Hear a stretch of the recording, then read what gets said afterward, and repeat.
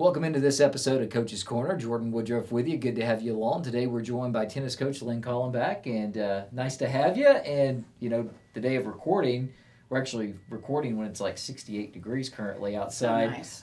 As a tennis coach and a tennis player, you have to be really happy that hopefully that cold, crazy stuff's behind us. Thank goodness. I mean, we practiced this one day last week, and then like 2 days the week before. So it's a blessing. Thank God. I'm so happy. It just made me laugh. I showed up to basketball to call that game, and there's one day that you guys are in the lobby of the gym doing your practice in there, and I was like, there's a lot of kids and not much room. No, we were running at the top of Robson. I got permission from the basketball coaches, and then we were doing some hand-eye coordination stuff with some balls, and that was the first time they had touched a ball in a couple of days. Yeah. We had just been running before that, and I was like, we really need some racket skills put into this. So well, and there's a lot of change going on. I think you can say, and with change, to get to that point, it's kind of like road construction, right? It's like it's going to be great when it's done, but you got to get to that point. There's a lot of shuffling been going on as far as trying to find places to play, and we have a lot of kids and only 4 courts right now too, right? We had 4 courts. We have access to the original 9 right now. We don't have access to the new 4 that are happening, but we got access to that probably about a month ago, and so that's been really, really nice. But the weather has not been pleasant, so we haven't really been able to work on those 9. So, but it's we have a lot of kids. We've got 7th grade program all the way to seniors, and got a lot of moving bodies. There's a lot of me driving buses to get kids picked up from the junior high sites for a lot of this year. So luckily that's behind us, and we can kind of start moving forward into the new year. And let's talk about the season now. We're ready to get it started. Yeah. I mean, it's here, and thankfully the weather looks like it may start cooperating finally, so you can get some practice in before you actually play. Yeah. But talk about who your impact players you feel like are going to be, and who's maybe come along in the limited practice outside you've got to do, but who's come along and showed you they got something. Well, as of right now, we have a plan going into the season, but I have 2 of my, so I'm going to start with my female lineup. We are going to be really heavy in doubles. If you didn't know, one of my girls went to state last year with a senior from last year. So one of them is back, and she's going to be playing with another senior. So that's going to be Reagan Bohan and Allison Edwards. And then at my number 2 double spots, so for those that don't know, it's number 1 doubles, number 2 doubles, number 1 singles, number 2 singles. So for my number 2 spot right now, I have Electra Wilson and Mackenzie Levin. Mackenzie Levin actually didn't play last year. She's a star cheerleader, and I'm really excited for what she is going to bring to the table. She didn't play all last year, and she ended up number 6 on varsity. So I'm pretty excited about that. And then sitting at single spots right now, and again, this could change, I've got Logan Hafen, who's a junior. She's one of the volleyball players as well. She's going to be playing number 1 singles, and then at the 2 spots can be Rachel Gherkin. And again, all of this can change. I might find another kid might be suitable to play with another kid, or I might find that someone's mental fortitude might be a little bit better for singles. So either way, whoever gets put in that single spot is going to learn a lot. You get 2 times the amount of balls that you do in a doubles game. So that's the girls. Boys-wise, we're again pretty heavy in doubles. I've got Sutton Reynolds, who his freshman year went to state. He's a junior this year. He's going to be playing doubles with Luke Bloom. And they're my 2 best players. So I rank all my kids from my best player to my worst player. And I have my 1 and 2 kids at my 1 doubles right now. Then after that, I've got 2 seniors, Jude Sinton and Harrison Poet. They're going to be my number 2 doubles. Jude Sinton last year was on my number 1 doubles. He's a very, very good doubles player, and I want to see how him and Harry kind of connect and see what they can come up with. And then for number 1 and number 2 singles, for number 1, I have Henry O'Neill, who is a sophomore. I'm really excited what he can do, and he's going to vastly improve just because, number 1 singles is a grind.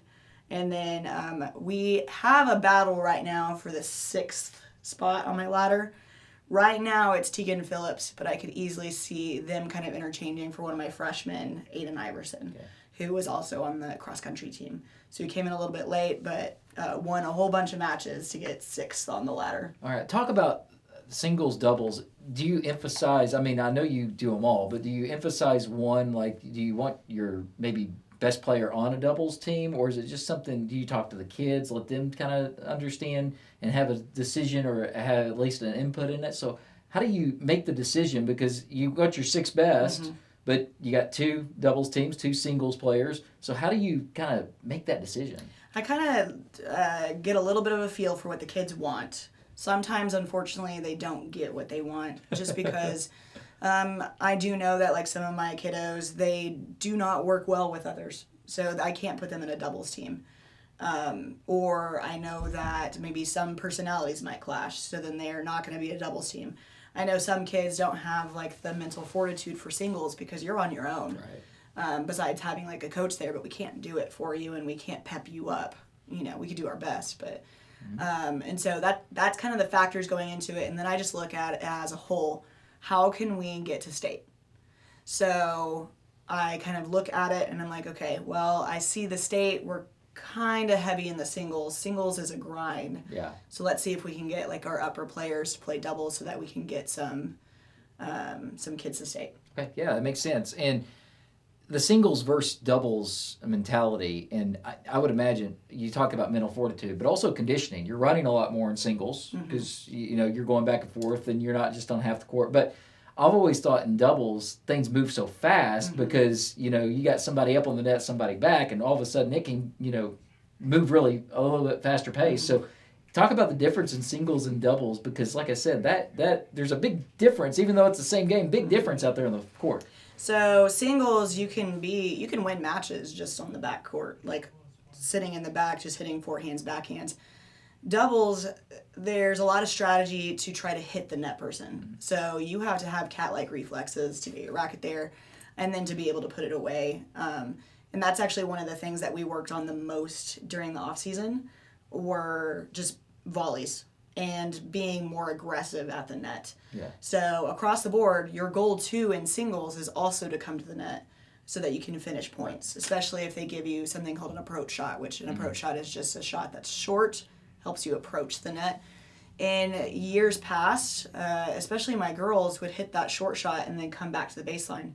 Now I'm really forcing them, you hit that shot, you need to come up and have a good strategy on where to place that ball so you can finish it. So, yeah, our kiddos have gotten better across the board, especially with doubles and especially with net. Talk about the communication side of things, though, in doubles, because, you know, you have to have good communication. You have to talk to each other out there. So this year we've implemented where every single kid in doubles has to come and talk to each other after every point. We've also implemented hand signals. So there are, I won't explain, I think it will be really boring if I explained it, but you have a hand signal to the person serving if you are going to go or stay, or something called a poach, which is where you kind of come to the middle and attack that ball in the middle. And then it also tells the server where you want them to place the ball.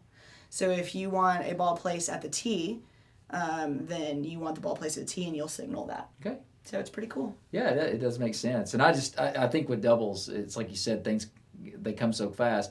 I mean, I've seen it where, you know, you have the 2 charging at the net, and all of a sudden it's just bang, bang, bang. It's almost like they're playing pickleball instead of tennis out there. Except for you've got a much longer racket, which is a lot harder. Pickleball, and the ball moves faster than a pickleball. Right, yeah. It's one at a faster rate of speed, so it amazes me. And just getting your racket on the ball. It's not just trying to place it. Sometimes just getting your racket on the ball can make a big difference there. Oh yeah. But I would say across the board we've gotten 10 times better. I know that last year what really helped is I put a ball machine on our kids. Like, so we get a ball machine, the ball I think goes pretty quick. And it taught them to keep their racket up and to punch the ball. Because a lot of times too, when you get that nice, beautiful shot at the net, you want to swing the crap out of the ball, and you can't do that. It's more of a punch. Well, that ball does funny things. It does. It's a round ball. It's not like a football bounce everywhere, but the tennis ball still does funny things based on the How angle you of hit the it. swing. I mean, you swing down, the ball's going to go up. Mm-hmm. You know, there's so many different things because the curve, that ball curving. I mean, think about it if you play baseball and you throw that curveball or whatever. Mm-hmm. That net or that racket will put that spin on that ball, and there's some funny things that can happen with it. Yeah, and there's so many types of spin, so many different types of spin that you can put on the ball. And it's also our kids realizing, okay, that ball's about to come at me in this way. And then you have to adjust your feet accordingly. Yeah, and there's good players. You start understanding. You can see by the way the other person swings what kind of shot they coming at you. Yep. Now, some of my younger players are still trying to get Right. that figured out. They're still trying to just hit the ball, you know. Yeah. But yeah, and our varsity players know how to do that. They know how to read the ball and be like, okay, yeah, I need to do this. Sometimes it still catches you off guard. It still catches me off guard sometimes. But yeah, you got to be ready for it. I'm at the just hit the ball stage myself. So. No Tennis is reason hard. to. People think it's easy. It's not. anybody. I've always said anybody get a racket, go out, and you think, okay, I can put the ball in play, and you'd be surprised serving. Early on, you will not put the ball in play very often unless you just kind of just do a really easy.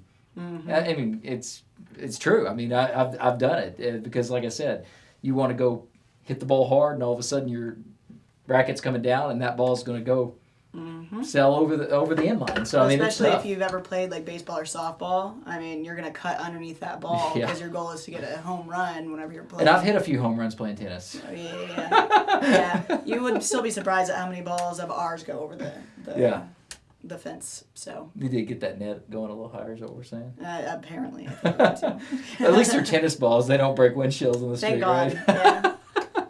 All right. Well, anything else you want to add before we let you go? No, I guess the only thing is come support us, guys. When do things get started? Our first tournament is a JV tournament on March the 4th. So just come out support. I will put, so we are on social media, we're on Instagram, and I'll put a list of all of our home tournaments on there so you guys can come and join. We will have a concession stand this year, and that's something that we've never had before. So we'll have some goodies for you guys too. Yeah, it's good. I need it out there watching. For sometimes, that long, yeah, especially sometimes when it gets hotter. Mm-hmm. Which we haven't had to worry about that as of late. I wish it'd just stay like it is today all year. That'd be great. High of 68. That'd be beautiful. It'd be perfect. So, well, Lynn, appreciate the time. Of course, thank you. Calling back, appreciate her with tennis here at Ponca City. Thanks to Chris behind the camera. That is going to do it for today's Coach's Corner. Jordan Woodruff saying so long. Until next time, go Cats. Go Cats.